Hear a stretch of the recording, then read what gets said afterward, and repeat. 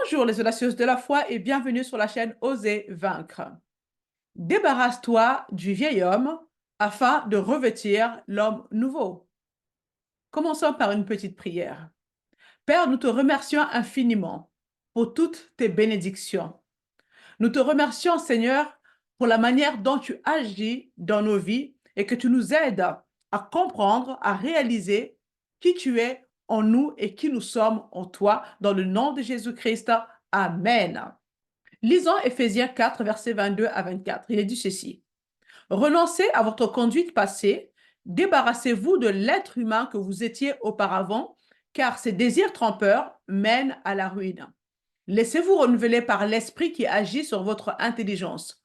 Revêtez l'être nouveau, créé à la ressemblance de Dieu et qui se manifeste dans une vie conforme à sa volonté et digne de lui qui est inspiré par la vérité. J'ai entendu dire qu'en Israël, au Jourdain, pour pouvoir assister à un baptême, ils exigent que vous mettiez une robe blanche pour être baptisé. Vous devez porter la robe blanche avant, mais dès que vous êtes baptisé, vous l'enlevez. Ce qui est un peu contraire au système originel. À l'origine, vous portiez une robe blanche après avoir été baptisé. Et donc, lorsque vous êtes sorti du baptistère ou de la rivière où vous avez été baptisé, eh bien, il était facile d'identifier la nouvelle personne après avoir assisté à la cérémonie du baptême. Et c'est en quelque sorte cette image que l'apôtre Paul utilise. L'apôtre Paul dit, et je paraphrase, « Je veux que vous vous débarrassiez des vieux vêtements que vous portiez et que vous mettiez à la place un nouveau vêtement qui représente votre relation avec Christ. » Et ce changement, bien évidemment, ne se fait pas de façon automatique. Nous devons fournir un effort pour y arriver. Dans l'Épître aux Hébreux, chapitre 4, verset 11, il est dit ceci. « Efforçons-nous donc d'entrer dans ce repos. » Cela peut sembler être contradictoire, mais cela signifie d'arriver à un point où nous faisons un effort pour entrer dans une relation avec Christ afin qu'il fasse ce qu'il veut dans nos vies. Et donc, l'apôtre Paul dit, et je paraphrase, « Je veux que vous vous débarrassiez de votre ancienne manière de vivre pour que vous puissiez désormais vivre selon votre nouvelle nature. » Car en effet, avec la nouvelle naissance, nous avons revêtu la nature de Christ. Et cela inclut, bien évidemment, le fait de changer également notre langage. Au verset 25, il est dit ceci, « Rejetez donc le mensonge, que chacun dise la vérité à son prochain, car nous sommes tous membres d'un même corps. » Nous devons contrôler nos lèvres, car c'est de l'abondance du cœur que la bouche parle. Donc, Paul dit que nous devons surveiller notre langage pour pouvoir le changer. Paul dit que nous devons renouveler, surveiller notre langage. Nous devons le contrôler. Nous devons renouveler notre façon de parler parce que ce processus nous aide à arriver là où le changement se produit dans nos vies.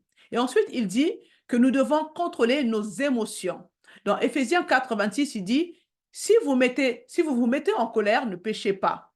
Mais il rajoute que le soleil ne se couche pas sur votre colère. Il ne parle pas vraiment de la notion du temps ici. Il explique simplement que nous devons prendre le contrôle de nos émotions. Nous devons examiner constamment comment est-ce que nous réagissons face aux situations. Donc, la direction que prend votre vie, ce que vous dites, ce que vous ressentez, et puis le cycle suivant est ce que vous faites. Et puis, il nous parle également de renouveler nos actions. Il dit que vous aviez l'habitude de voler, maintenant arrêtez de voler. Au lieu de voler, commencez maintenant à donner. C'est ce que nous avons vu lors de la précédente vidéo. Il est intéressant de constater que l'apôtre Paul nous amène à suivre ce cycle deux fois, parce qu'au verset 26, il en parle, puis au verset 29, il fait de nouveau référence à ce même cycle. Aucune parole mauvaise ne doit sortir de votre bouche. Dites seulement des paroles utiles qui aident les autres selon leurs besoins et qui font du bien à ceux qui vous entendent. Donc, nous en avons parlé la dernière fois. Il s'agit toujours de notre langage, de l'honnêteté que nous devons avoir les uns envers les autres. Au verset 31, il dit « Chassez loin de vous tout sentiment amer, toute irritation, toute colère, ainsi que les cris et les insultes. Abstenez-vous de toute forme de méchanceté. » Encore une fois, ici, l'apôtre Paul nous parle de nos émotions. Puis il revient à la troisième partie du cycle, au verset 32, en disant « Soyez aimables l'un envers l'autre, cordiaux, vous pardonnant l'un l'autre, c'est-à-dire comme Dieu, à cause de Christ, vous a pardonné. » Il nous dit là que nous devons agir. Dans Éphésiens chapitre 5, versets 1 à 2, il dit ceci « Puisque vous êtes les enfants que Dieu aime, efforcez-vous d'être comme lui.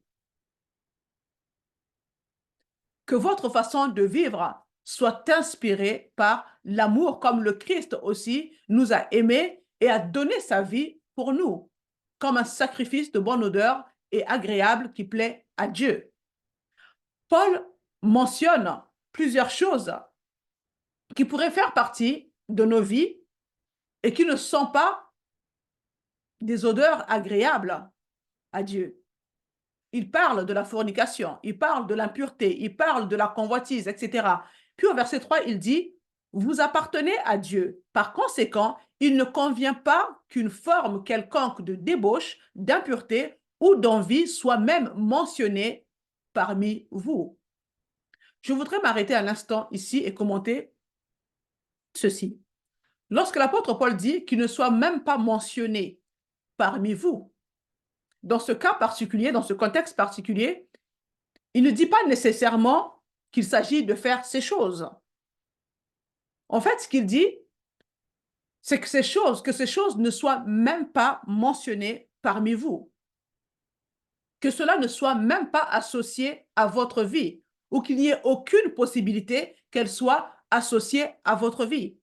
Les amis, moi qui vous parle, je ne suis pas parfaite. Je suis en cours de processus de changement. Et c'est le Saint-Esprit qui nous perfectionne pour pouvoir tendre vers l'image de notre Seigneur Jésus-Christ. Dans l'ensemble du ministère, il y a quelque chose qui est un principe important dont nous devons nous rappeler sans cesse. Nous devons fuir l'apparence du mal.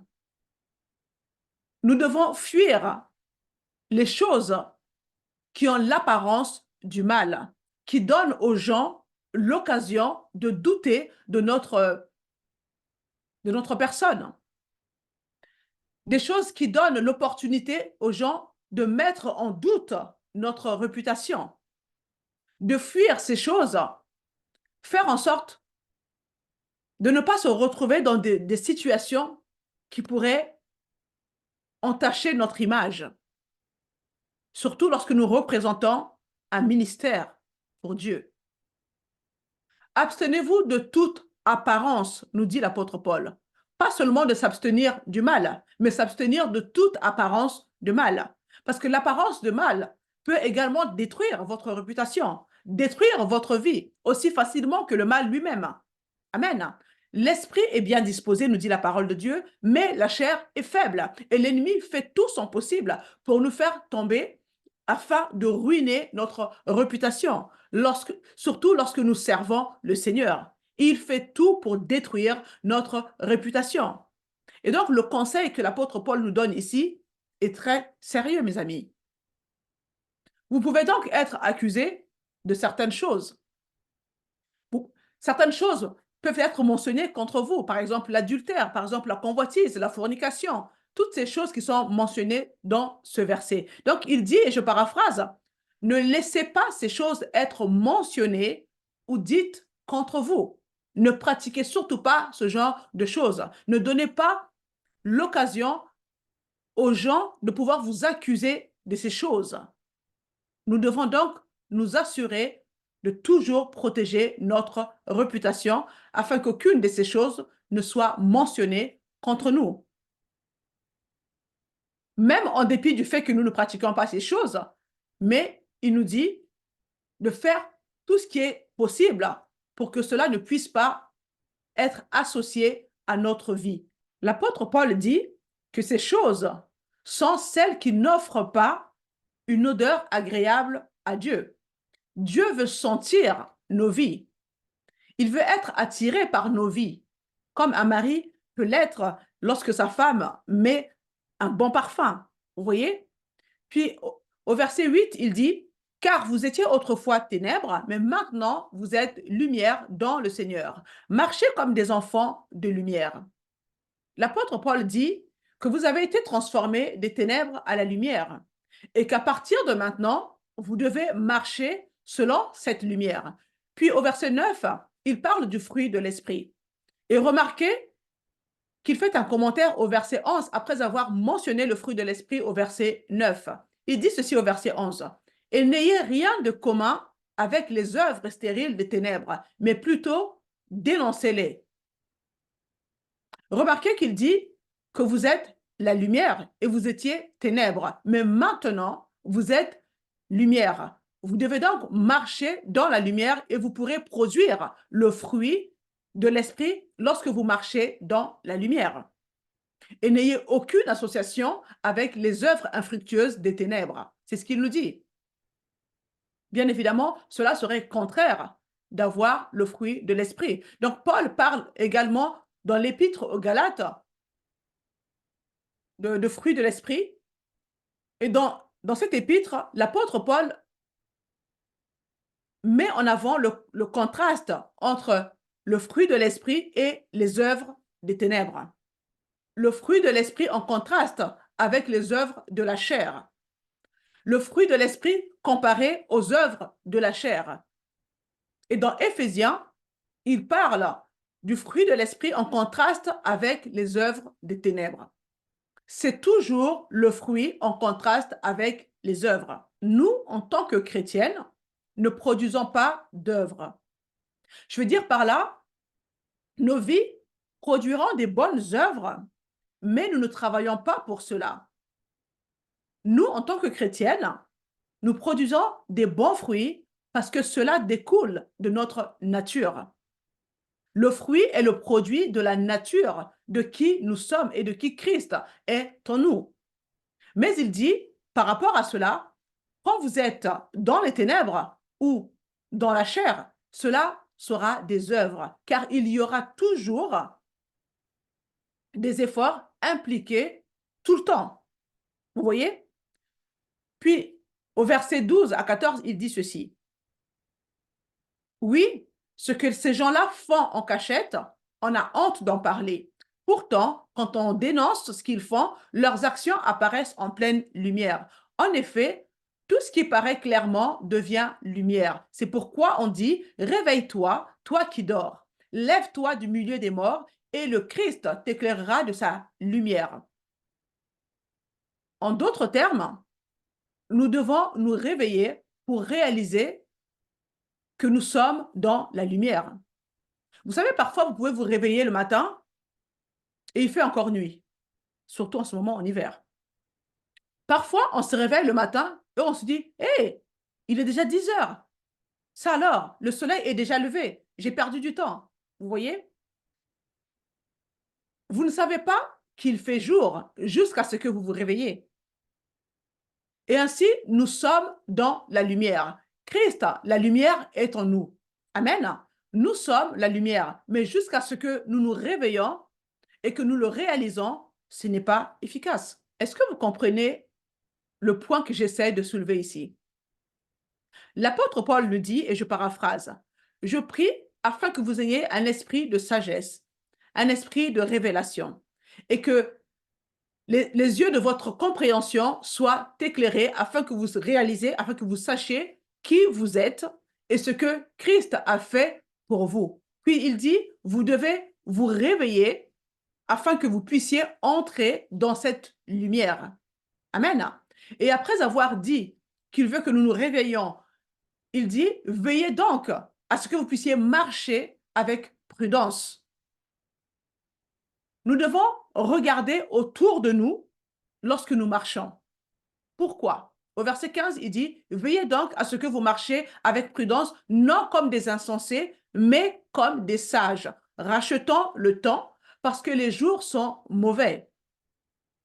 Nous devons marcher en faisant attention, car en effet, l'ennemi veille pour nous tendre des pièges. Il y a 3 sortes de pièges. Et ceci avec beaucoup de chrétiens, de chrétiennes, nous nous accrochons souvent à des choses que nous devrions laisser partir. Il y a des relations dont nous devons nous séparer. Il y a des possessions dont nous devons nous défaire. Il y a des ambitions dont nous devons, que nous devons abandonner parce qu'elles ne sont pas les ambitions divines. Elles ne sont pas la volonté de Dieu ou la direction de notre vie. Certaines de nos relations sont nuisibles aux relations dans lesquelles Dieu nous placerait. Nous avons des possessions auxquelles nous nous accrochons alors que nous devons absolument nous en défaire, car Dieu veut nous offrir quelque chose de différent.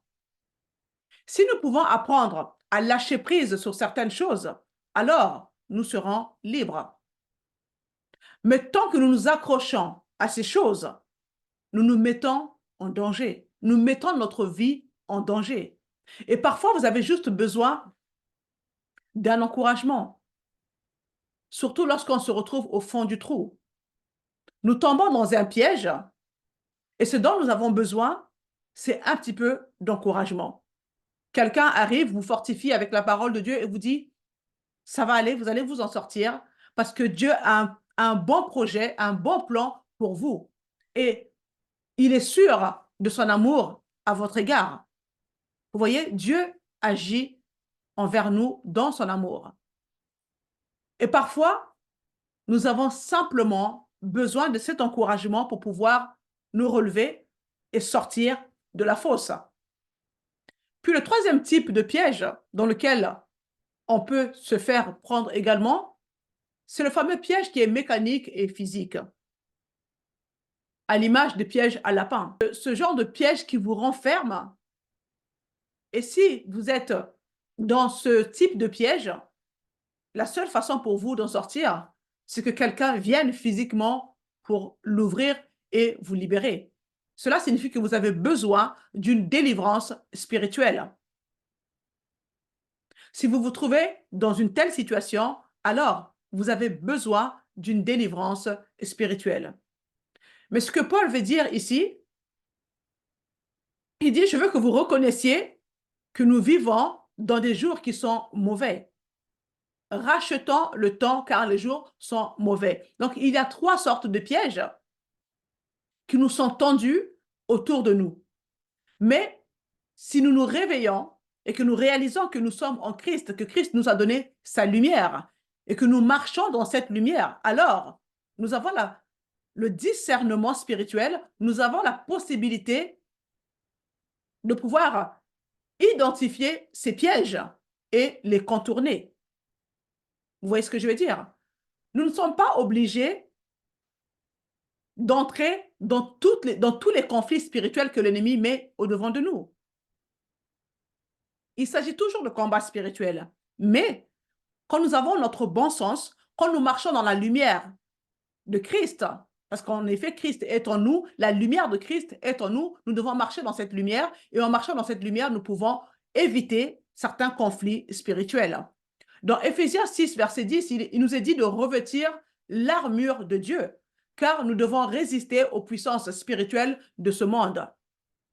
Si vous avez déjà ces vérités fondamentales dans votre pensée, si vous avez pris le temps de poser les fondations de tout ce que l'apôtre Paul nous apprend depuis Éphésiens 1, 1 jusqu'à Éphésiens 6, 9, que vous réalisez que vous avez la lumière de Christ en vous, alors vous n'avez pas besoin d'entrer dans tous les conflits qui existent. Vous avez la possibilité de contourner certains de ces conflits spirituels. D'où l'importance de lire le livre d'Éphésiens en commençant par le début, de façon à pouvoir poser des fondations pour que vous puissiez arriver au point où nous voulons y aller. Amen. Puis au chapitre 5, l'apôtre Paul commence par parler d'un tout autre aspect, des différents aspects, différents concepts au sein de l'Église. Et au verset 22 du chapitre 5, dans cette section, l'apôtre Paul nous donne environ 12 versets. Il parle de la relation entre les maris et les femmes et il accorde un verset et demi aux femmes, tandis que 10 versets et demi sont adressés aux maris. Alors, si nos maris peuvent se montrer à la hauteur de ces 10 versets et demi, alors nous, les femmes, nous n'aurions aucun problème à faire en sorte de nous soumettre à nos maris. Nous serons prêtes à nous soumettre lorsque nous découvrirons que nos maris nous aiment comme Christ aime l'Église. En tant que chrétiennes, nous devons toujours nous soumettre à Jésus, car nous savons que chaque pensée, chaque intention et chaque désir de son cœur est de nous bénir et de nous faire prospérer. Et donc, lorsque nous savons que tout ce qui est dans son cœur est pour nous bénir, pour nous faire prospérer, et lorsqu'il dit, Ornella, fais ceci, fais cela, alors tout cela devient facile pour nous de nous soumettre, parce que nous savons que Christ nous a aimés au-delà de tout ce que nous pouvons imaginer. Si nous comprenons à quel point Christ nous aime, la soumission est facile. Alors, Marie, aimez vos femmes comme Christ a aimé l'Église, au point de livrer sa vie pour elle. Vous savez, mes sœurs, avoir la révélation de l'amour de Dieu à votre égard est une vraie force intérieure. Cet amour vous permet de tenir ferme. Cet amour vous permet de résister devant l'ennemi, de lui tenir tête. Vous savez? Parce que vous savez que quoi qu'il arrive, Dieu ne vous délaissera pas. Dieu ne vous abandonnera pas. Vous avez tellement de la valeur à ses yeux. Il a payé un grand prix pour vous avoir. Vous voyez? Cet amour, c'est une force. Un appui, mais solide. Vous voyez? C'est juste incroyable. L'amour de Dieu pour nous, c'est une révélation. Waouh! C'est puissant. Bref. L'apôtre Paul passe la dernière moitié de ce chapitre et la première partie du chapitre suivant, à savoir le chapitre 6, où il parle de différentes relations. Il nous parle de relations entre un mari et la femme, et ensuite, il parle de la relation entre les enfants et les parents, puis il parle de la relation entre les employeurs et les employés. Et donc, en lisant toutes ces relations décrites, nous pourrions nous dire, mais pourquoi parle-t-il soudainement de cela? Il nous a parlé de la théologie, de stratégie spirituelle, il nous a parlé de notre relation avec Dieu, de la manière dont Dieu travaille merveilleusement en nous. Dans tous ces passages, il nous a parlé de notre vie personnelle spirituellement. Et soudain, il décide de se mêler de notre mariage, de nos relations avec notre patron. Pourquoi? Qu'est-ce qu'il veut nous dire par là? Qu'est-ce qu'il veut nous faire comprendre? Où est-ce qu'il veut nous emmener?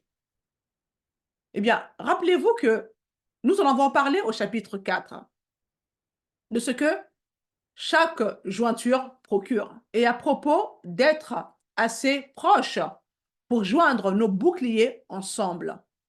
Vous vous souvenez? D'être dans une relation où nous sommes dans une armée unie et soudée plutôt que dans un groupe de soldats pris au hasard. Vous vous souvenez que nous avons parlé de tout cela, de ces trois personnes qui étaient dans l'unité avec les trois boucliers imbriqués et qui finalement, à cause des conflits, à cause des commérages, on a réussi à faire de la place à l'ennemi et du coup, les trois personnes étaient vulnérables. Bien maintenant, la question que je peux vous poser est celle-ci. Combien de temps passez-vous avec les membres de votre église? 1 heure, peut-être 2 heures par semaine.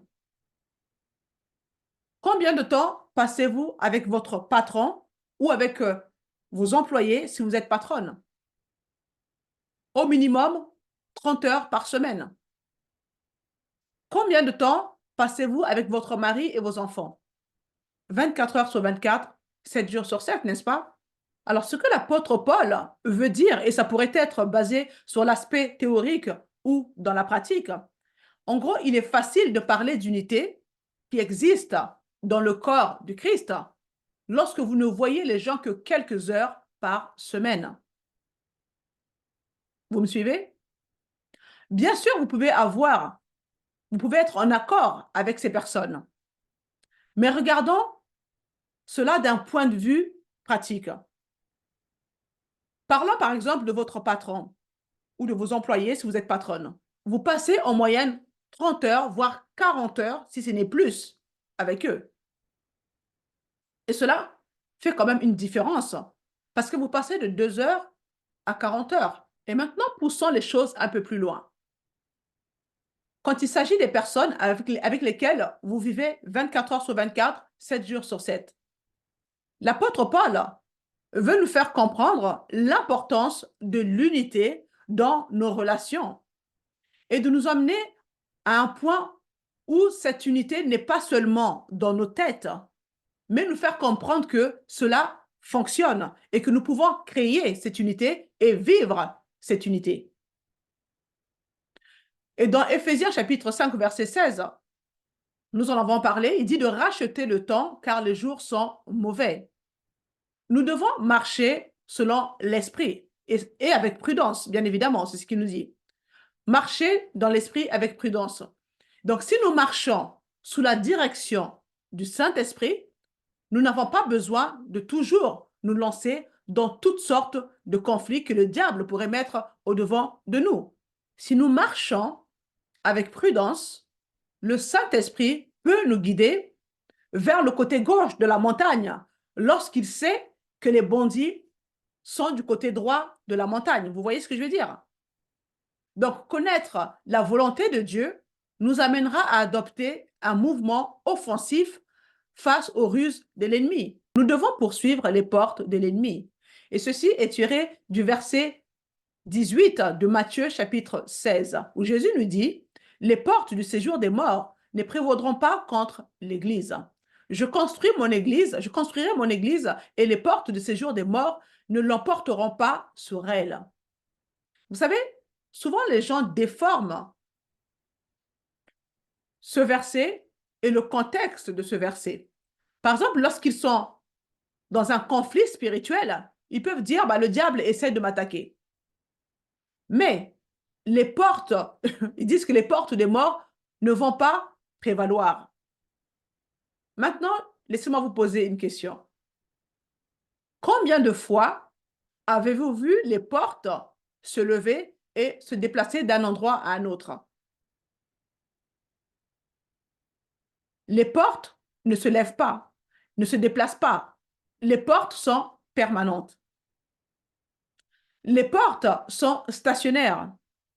Donc, si vous êtes en conflit avec une porte, cela signifie que vous êtes allé à cette porte.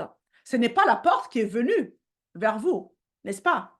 Donc, ce que cela essaie de dire, ce passage que nous avons lu, c'est que nous devrions être agressives. C'est ça que ça veut dire.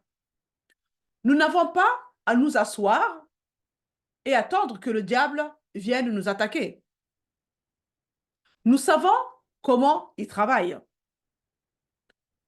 Si le diable établit une porte, s'il établit une forteresse, alors c'est à nous d'identifier sa stratégie et d'entrer de façon agressive et l'attaquer. C'est ce que cela veut dire. La Bible nous dit que nous devons résister au diable et il fuira loin de nous. Si nous reconnaissons que le diable a établi une forteresse, une porte dans une zone, par exemple, il y a beaucoup de trafic de drogue dans votre quartier. À ce moment-là, nous savons que le diable a créé une forteresse et il a mis en place une porte qui fait que beaucoup viennent tomber dans ce piège, qui a pour but, bien évidemment, de voler, tuer et détruire. Alors, vous devez y entrer et l'attaquer de manière agressive.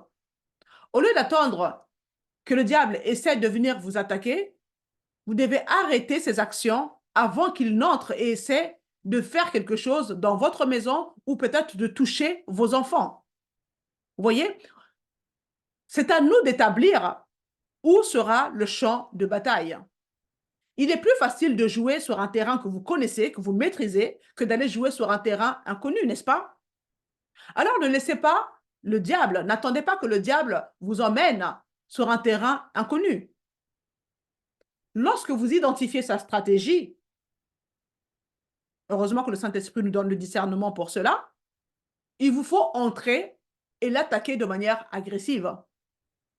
Celui qui habite en vous est plus grand, plus fort que celui qui est dans le monde. Ça, c'est une réalité, mes sœurs. Il combattra pour vous. Mais cependant, vous devez avoir cette audace de vous y engager. Amen. Vous devez avoir cette audace. Dieu ne vous a pas donné un esprit de timidité. Il ne nous a pas donné un esprit de peur, un esprit de crainte. Non, il nous a donné un esprit de force, un esprit de puissance, un esprit de courage, un esprit de sagesse. Amen. C'est à nous de choisir le champ de bataille. Je préfère choisir un champ de bataille en voulant guérir quelqu'un qui est malade, plutôt que d'attendre que le diable essaie de me rendre malade, et puis par la suite me lancer dans une bataille pour essayer d'être guéri. Nous choisissons notre champ de bataille. Nous faisons ce choix. Et nous réalisons que Dieu a un plan pour nous dès le départ. Il nous dit, vous avez été prédestinés. Souvenez-vous de cela. Vous avez été prédestinés. Dieu a déjà préparé un plan d'avance. Amen. Et quand vous réalisez cela, alors nous devenons réellement des conquérantes. Et à ce moment-là, nous pouvons devenir agressives face à l'ennemi parce que nous savons qui est venu faire sa demeure en nous.